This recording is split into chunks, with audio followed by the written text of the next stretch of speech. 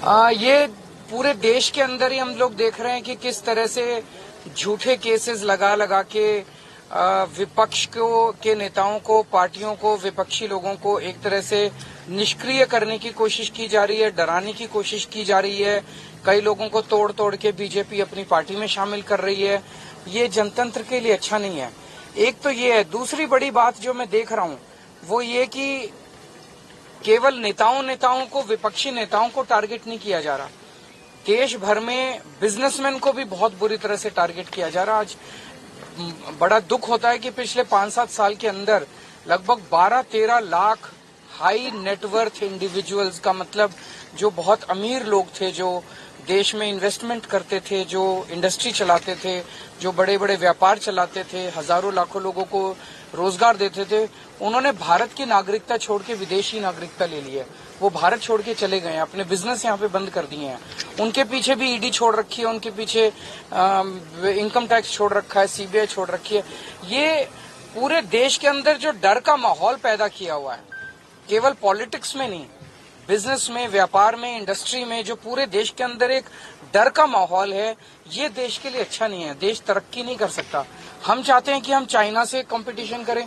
China से competition कैसे करेंगे? चाइना में घर घर में इंडस्ट्री चल रही है। हमारे यहाँ तो जो बड़ी बड़ी इंडस्ट्री है उनको ही नहीं चलने दे रहे, उनको सबको बंद करते जा रहे हैं। सबके पीछे एजेंसी छोड़ रखी है। ऐसे एजेंसी का गेम खेल के देश तरक्की थोड़ी करेगा।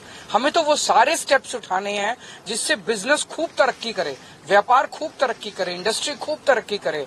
भय का माहौल खत्म होना चाहिए, तभी तो देश आगे बढ़ेगा। जब राहुल गांधी की जब सदस्यता गई आपने खुलकर सपोर्ट किया, लेकिन जो संजय सिंह के मामले में कांग्रेस जो है शर्तों के साथ ना करे, क्या फर्क पड़ता है? देखिए, पूरा का पूरा इन्होंने हमारी इतनी जांच करा ली, कुछ निकला? बस घोटाला, बोले बस घोटाला हो गया, कुछ नहीं निकला उसमें, सारी जांच करा ली। बोले स्कूल के क्लासरूम बनाने में घोटाला कर दिया, सारी जांच करा ली, उसमें कुछ निकला।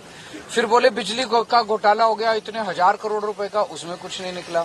फिर बोले सड़कों के बनाने में घोटाला हो गया, उसमें कुछ नहीं निकला। पानी का घोटाला हो गया, उसमें कुछ नहीं।